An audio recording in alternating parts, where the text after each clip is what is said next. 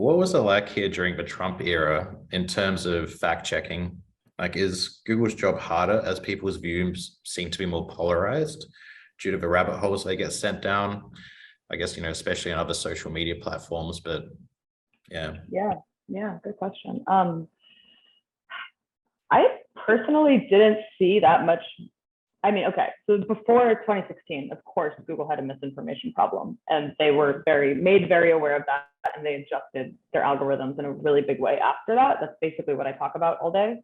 Other social sites didn't do as aggressive of work on that topic, in my opinion.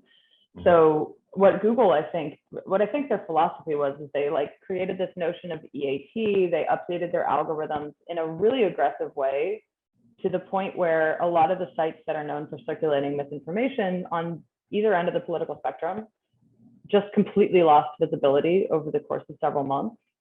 And you could actually visit those sites, and it wasn't just politics and news. It was like natural health sites, diet sites, things like that.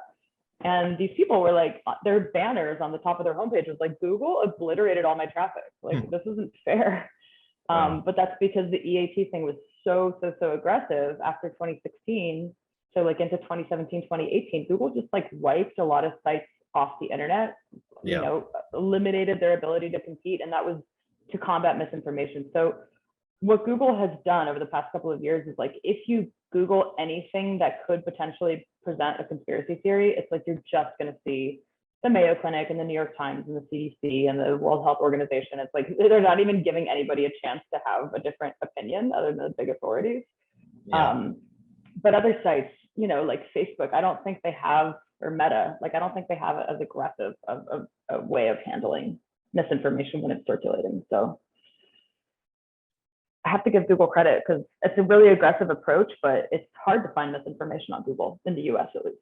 Yeah, it's good. I remember just the example of Holocaust deniers seem to rank well for information about the Holocaust, and it was just more, that's what the chatter was about. There was more chatter about the denial of it rather than explanation of the event. So therefore that started ranking. So they must have just worked out a way to kind of look for the facts in a different light. Yeah, they actually have a video about this. So it's something called How Search Works or something like that. It was published in 2020, and you have people at Google explaining that exact example. They're it was brought to our attention that when you typed Holocaust, it was a Holocaust denier website.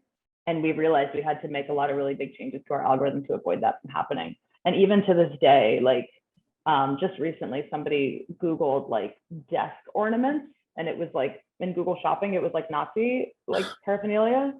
And Google was very quick to be that should not be happening. We're going to look into it. So I like that they're really open to fixing these types of things as quickly as possible.